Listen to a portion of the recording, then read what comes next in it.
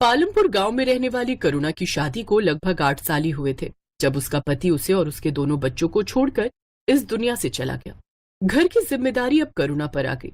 उसकी एक 8 साल की बेटी राधा और 6 साल का बेटा सुधीर था। बिन बाप के बच्चों को उसने बड़े लाड प्यार से पाला था। वो बड़ी दयालु थी। उससे जितना बन पाता उससे वो गरीबों को कुछ न कुछ दान पुण्य करती रहती थी। वो लोगों के घरों में काम करके अपने दोनों बच्चों का पालन पोषण करती है।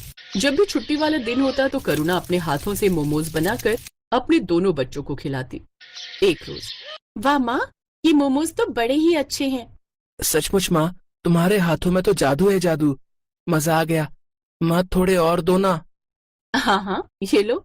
मोमोज की खुशबू सूंघकर अब आस पड़ोस के और भी बच्चे वहां आ जाते हैं। काकी, हमें भी दो ना मोमोज। हाँ काकी, हमें भी खाने हैं।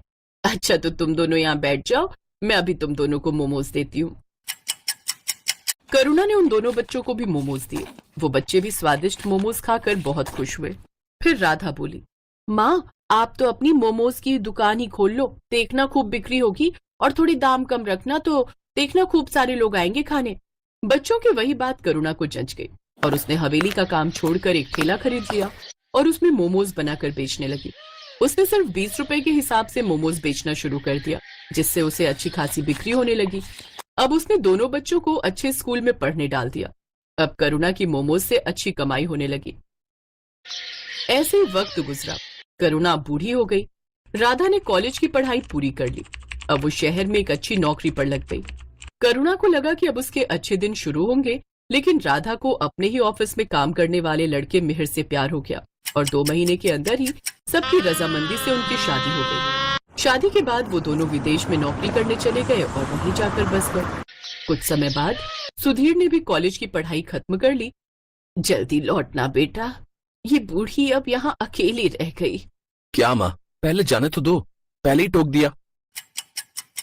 अब सुधीर भी शहर चला गया और करुणा गांव में ही रहकर मोमोज बेचने लगी। लेकिन वक्त के साथ और भी दुकानें खुल गई जिसमें नए नए तरह से मोमोज बनाकर बेचने लगे, जिस कारण अब उसकी दुकान इतनी नहीं चलती। उधर शहर में सुधीर की अच्छी नौकरी लग गई और वो वहीं के ऐशो आराम में खो गया और अपनी माँ को भूल गया। कुछ समय बाद उसने वहीं एक लड़की से शादी भी कर ली और उसके साथ वो वहीं बस गया। करुणा के दोनों बच्चे उससे दूर अपनी अलग दुनिया बसा कर बस गए। बूढ़ी करुणा का काम अब ठीक से नहीं चल रहा था। एक रोज, करुणा बहुत धार्मिक स्वभाव की थी। वो हर रोज गणेश जी के मंदिर में जल चढ़ाने जाती थी और प्रार्थना किया करती थी, हे भगवान, इस अभागन पर दया दृष्टि डालो। जीवन बहुत कठिन हो गया है।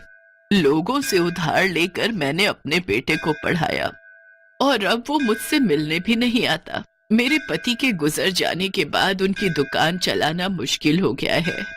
कोई काम करने वाला नहीं है और अब इस बूढ़ी से इतना काम भी नहीं हो पाता।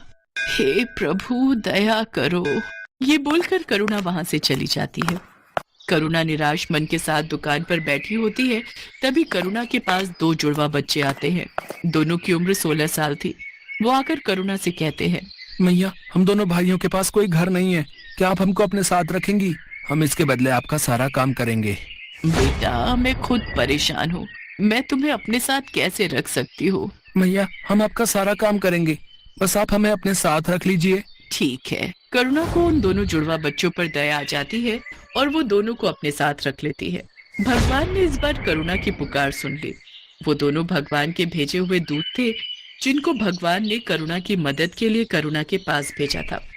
करुणा मोमोज का सामान बना रही होती है। माँ जी, ये काम आप हमें दे दीजिए, मोमोज हम बना लेंगे, आप जाकर आराम कीजिए। करुणा रसोई घर से बाहर आ जाती है। वो दोनों बच्चे उसके बाद गेट लगा देते हैं। थोड़ी देर बाद गेट खुलता है। करुणा देखती है कि सारे मोमोज बहुत अच्छे से तैयार हो गए हैं। करुणा ये देखकर बहुत खुश होती है। अरे वाह, तुम दोनों ने तो बहुत अच्छा काम किया है। फिर करुणा उन दोनों बच्चों के साथ अपनी मोमोज की दुकान खोलती है और मोमोज बेचने लगती है। आइए आइए, स्वादिष्ट और मजेदार मोमोज खाइए और अपने घर भी ले जाइए। आइए आइए। आज करुणा के मोमोज में से ऐसी खुशबू आ रही थी जैसी कभी नहीं आई। पूरे बाजार के लोग मोमोज की खुशबू से आकर्षित होकर करुणा की दुकान पर आने लगे और देखते ही देखते करुणा की दुकान पर भीड़ लग जाती है। अरे एक प्लेट मोमोज देना, मुझे भी दे दो एक प्लेट। अरे वाह वाह वाह, इतने स्वादिष्ट मोमोज तो मैंने आज तक कभी नहीं खाए। आहा हा हा, वाह वाह वाह वाह वाह। करुणा लोगों की ये सारी बातें सुनकर काफी खुश होती है। देखते ही देखते उसके सारे मोमोज बिक जाते हैं। आज तो बहुत अच्छी कमाई हो गई। अगर ऐसे ही मेरे मोमोज बिकने लगेंगे तो मेरा सारा कर्ज उतर जाएगा। दोनों बच्चे अब करुणा को कोई काम नहीं करने देते। दोनों मोमोज बनाते और करुणा के साथ उन्हें बेचने भी जाते। उन दोनों के बनाए मोमोज में ऐसा स्वाद था कि हर कोई उंगलियां चाटता रह जाता। एक रात की बात है, वो दोनों बच्चे रसोई घर का दरवाजा बंद करके मोमोज बना रहे थे। कमाल है, हर रोज ये दोनों रसोई घर बंद करके मोमोज क्यों बनाते हैं?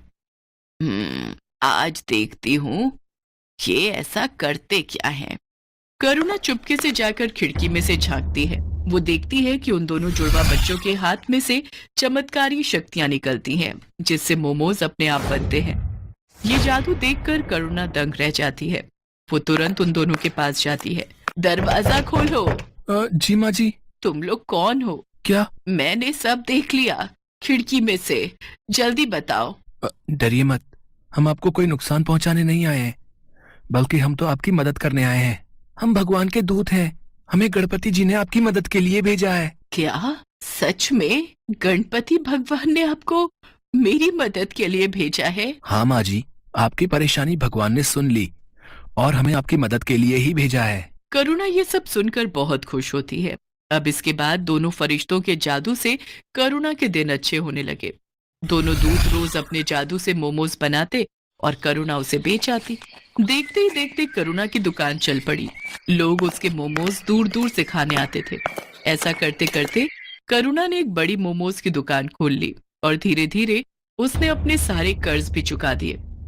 अब करुणा के पास धन की कोई कमी नहीं थी। ये बात करुणा के बेटे सुधीर तक भी पहुंच जाती है। इधर सुधीर की नौकरी भी जा चुकी थी, इसलिए एक दिन करुणा का बेटा सुधीर अपनी बीवी के साथ वापस आ जाता है। माँ प्रणाम, देखो मैं आ गया। अरे सुधीर बेटा, तू आ गया। तुझे देखने के लिए तो ये आंखें तरस गई थी। हाँ माँ, मुझे आपकी बहुत याद आ रही थी। मुझे आप माफ कर दो, मैं पागल हो गया था जो आपसे मिलने नहीं आ रहा था। मेरी मति मारी गई थी, लेकिन अब मैं आ गया हूँ। अब आपको कोई परेशानी नहीं होगी। माँ ये देख, ये तेरी बहू है मीरा। नमस्ते मम्मी जी, हमें माफ कर दीजिए। बेटा, मैंने तुमको माफ तो तभी कर दिया जब तुम मेरी आंखों के आगे आए। आज भगवान ने मुझे सारी खुशियां दे दी। अब मुझे कुछ नहीं चाहिए। चलो अब तुम घर में। क्या हुआ? तिजोरी की चाबी मिली? हाँ ये रही। अब फटाफट इस बुढ़िया के सारे पैसे निकालो और चलो निकलते हैं यहाँ से। हाँ हाँ चलो। मीरा और सुधीर चुपके से जाकर तिजोरी खोलते हैं और वो तिजोरी में से सारा पैसा निकालकर अपने बैग में भर लेते हैं और वहां से भाग जाते हैं। भागते भागते वो गांव से बाहर निकल जाते हैं। तब वो थक कर एक जगह आराम करने के लिए बैठते हैं। इतना सारा पैसा मैंने पहली बार देखा है। अब जरा बैग खोलकर दिखाओ तो, इसे जी भर कर देख तो लूं मैं। सुधीर जैसे ही पैसों का बैग खोलता है वो देखता है कि उसमें बस राख है। दोनों फरिश्तों के जादू से वो सारे पैसे राख में बदल गए थे। वो दोनों ये देखकर दंग रह जाते हैं। वो दोनों राख को टटोल टटोल कर देखते हैं, पर पैसों का नामो निशान नहीं होता। अरे पैसे कहाँ गए? यहीं तो रखे थे। हाँ, पैसे कहाँ गए समझ नहीं आ रहा है। तभी वहाँ पर दोनों जुड़वा बच्चे आ जाते हैं और वो दोनों सुधीर और मीरा पर जोर जोर से हंसने लगते हैं। अरे मूर्खो, कुछ नहीं मिलेगा उसमें। तुम्हारे मन में जब कालिक भरी है तो उसमें भी कालिक ही होगी ना। कैसी संतान है तू, अपनी माँ को लूटना चाहता है। तेरी माँ ने तेरे लिए इतना सब किया, ये जो मिला है ना तेरे को, ये तेरे कर्मों का फल है। और बिना माँ के तेरा जीवन भी इस राख के जैसा है, किसी भी कीमत का नहीं। अभी भी समय है, सुधर जा और जाकर अपनी माँ से माफी मांग ले। आप दोनों ने हमारी आंखें खोल दी, हम लोभ में अंधे हो गए थे। हम अब से ऐसी गलती नहीं करेंगे, हमें माफ कर दो। फिर मीरा और सुधीर अपनी माँ के पास वापस चले जाते हैं और उसे सब सच बताकर माफी मांग लेते हैं। करुणा भी उनको माफ कर देती है। मैं तुम्हारा शुक्रिया कैसे करूं समझ नहीं आ रहा है। तुमने मेरी इतनी मदद की, इसके लिए धन्यवाद। अब मुझे सब कुछ मिल गया है, मेरा बेटा, मेरी बहू, सब। इसकी कोई जरूरत नहीं है माता, हमने कुछ नहीं किया, ये सब कुछ भगवान ने कराया है। अब आपका जीवन अच्छा हो गया है, तो अब हमारा भी यहाँ से जाने का समय आ गया है। अब आप हमें जाने की अनुमति दें। ये बोलकर दोनों वहां से चले जाते हैं। अब करुणा का जीवन बहुत खुशहाल हो गया था। अब उसको किसी चीज की कमी नहीं थी। उसकी मोमोज की दुकान भी अच्छी चल रही थी। अब वो अपने बेटे और बहू के साथ अपना बाकी का जीवन खुशी खुशी बिताने लगती है।